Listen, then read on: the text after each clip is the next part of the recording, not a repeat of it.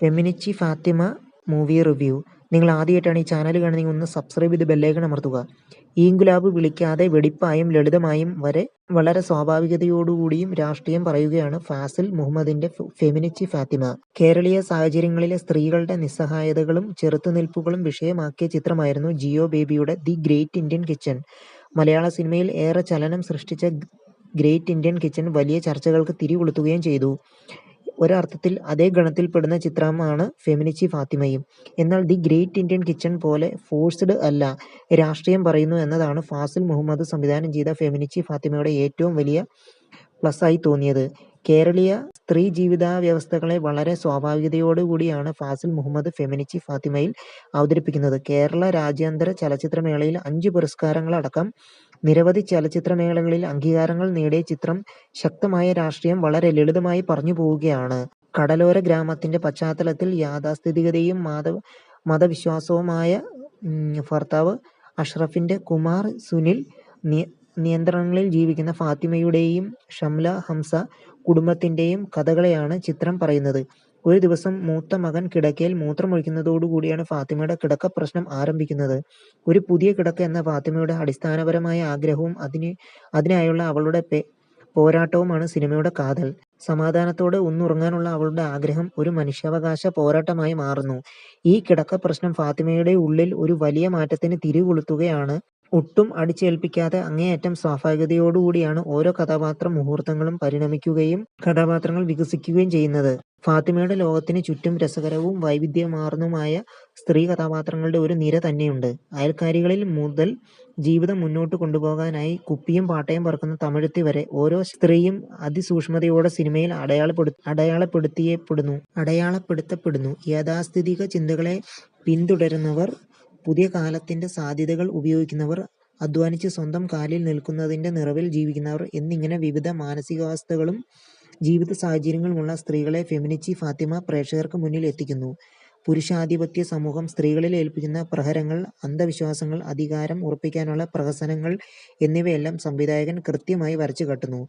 അഷറഫ് എന്ന കഥാപാത്രത്തെ പുരുഷാധിപത്യത്തിന്റെ ഒരു കാരിക്കേച്ചറായി തന്നെ കണക്കാക്കാം. സമൂഹത്തിൽ പേരും വിലയുമുള്ള ഒരു ഉസ്താദ് ആയിരുന്നിട്ടും വീട്ടിൽ ഫാത്തിമയെ എല്ലാ കാര്യങ്ങൾക്കും അയാൾ ചൊൽപ്പടിക്ക് നിർത്തുന്നു. വീട്ടിൽ മോശമായി എന്ത് സംഭവിച്ചാലും അതിന്റെ കുറ്റപ്പെടുത്തൽ മുഴുവൻ ഏറ്റുവാങ്ങേണ്ടത് ഫാത്തിമയാണ് എന്നതാണ് ആ വീട്ടിലെ അലിഖിത നിയമം. കുടുംബത്തിൽ അധികാരം ഉറപ്പിക്കാനുള്ള അയാളുടെ പ്രഹസനങ്ങളെയും സ്വന്തം കാര്യങ്ങൾക്കായി മത നിയമങ്ങളെ വളച്ചൊടിക്കുന്നതിനെയും സിനിമ സർക്കാസത്തോടെ ചോദ്യം ചെയ്യുന്നു. ഇരട്ടത്താപ്പുകൾ തുറന്നുകാട്ടലിന്റെ ഉദാഹരണമാണ്. സ്വന്തം ഫേസ്ബുക്ക് ഉൽമ ആവുകയും അയൽക്കാരുടെ ഇൻസ്റ്റഗ്രാം ലുൽമ ആവുകയും ചെയ്യുന്നത്. സമൂഹത്തിൽ അധികാരം സ്ഥാപിക്കുന്ന ഈ ഉസ്താദിന് വീട്ടിൽ ഫാത്തിമയോടുള്ള ആശ്രിതത്വം എത്രത്തോളമാണ് എന്നതാണ് ഇതിന്റെ ഏറ്റവും വിചിത്രമായ വസ്തുത. ഫാനിടാൻ പോലും കൈ പൊങ്ങാത്ത, ഒരു കുക്കർ തുറക്കാൻ പോലും ആശയക്കുഴപ്പത്തിലാവുന്ന അയാൾ മുറ്റത്തേക്ക് ഇറങ്ങുമ്പോൾ ചെരുപ്പെടുത്ത് തരാൻ പോലും ഫാത്തിമയെ ആശ്രയിക്കുന്ന ഒരു അൽപ്പൻ കഥാപാത്രമാണ്. ചിത്രത്തിന്റെ നട്ടെല്ല് ഷംലയുടെ പ്രകടനമാണ്. നിസ്സഹായതയിൽ നിന്ന് ഉയർത്തെഴുന്നേൽക്കുന്നവളാണ് ഫാത്തിമ. ഫാത്തിമയുടെ സങ്കടങ്ങളെയും ചെറുത്തുനിൽപ്പിനെയും ഷംല അങ്ങേയറ്റം സ്വാഭാവികതയോടുകൂടി അവതരിപ്പിച്ചു. പാട്രിയാർക്കിയൽ നിലപാടുകൾ മുറുകെ പിടിക്കുന്നു. എന്നാൽ ഒരു കുക്കർ തുറക്കാൻ പോലും അറിയാത്ത അൽപ്പനായ ഉസ്താദിനെ കുമാർ സുനിൽ ഗംഭീരമാക്കി.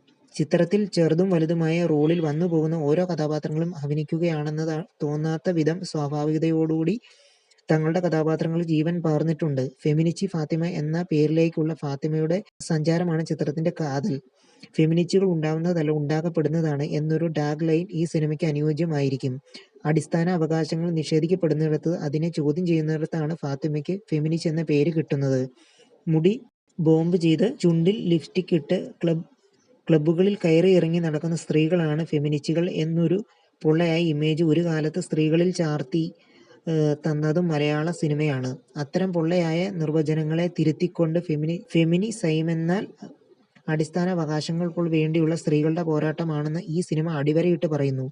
ഫെമിനിസം എന്നത് സ്ത്രീകളുടെ മേൽക്കോയ്മയല്ല, മറിച്ച് മാനുഷികമായ പരിഗണനയാണെന്ന് എന്നും അതിനുവേണ്ടിയാണ് ഇന്നും എത്രയോ സ്ത്രീകൾ പോരാടുന്നതെന്നും വൃത്തിയായി പറഞ്ഞു വയ്ക്കുന്നുണ്ട് ചിത്രം.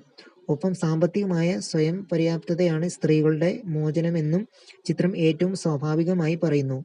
പ്രിൻസ് ഫ്രാൻസിസിന്റെ ഛായാഗ്രഹണം ഒരു കടലോര ഗ്രാമത്തിന്റെ ഏതോ ഒരു വീട്ടിലിരുന്ന് ഫാത്തിമയുടെ ജീവിതം കാണുന്നത്ര അടുപ്പം പ്രേക്ഷകന് നൽകുന്നു. കബീറിന്റെ സംഗീതവും സച്ചിൻ ജോസിന്റെ ശബ്ദ രൂപകൽപ്പനയും സിനിമയുടെ ടോണിങ്ങിന് രീതി പുലർത്തുന്നു. ഫാസിലിന്റെ മികച്ച എഴുത്ത്, സംവിധാനം, എഡിറ്റിംഗ് എന്നിവയും ആഗ്നയുടെ കലാസംവിധാനവും സിനിമയുടെ മൊത്തത്തിലുള്ള അനുഭവത്തിന് മിഴിവേകി. പ്രേക്ഷകരെ രസിപ്പിക്കുകയും അതേസമയം ശക്തമായ രാഷ്ട്രീയം പറയുകയും ചെയ്യുന്ന ഫെമിനിച്ചി ഫാത്തിമ മലയാള സിനിമയുടെ പുതിയ വഴിത്തിരിവുകളിൽ ഒന്നാണ്. നിങ്ങൾ ആദ്യമായിട്ടാണ് ഈ ചാനൽ കാണുന്നതെങ്കിൽ ഒന്ന് സബ്സ്ക്രൈബ് ചെയ്ത് ബെല്ലൈക്കൺ അമർത്തുക.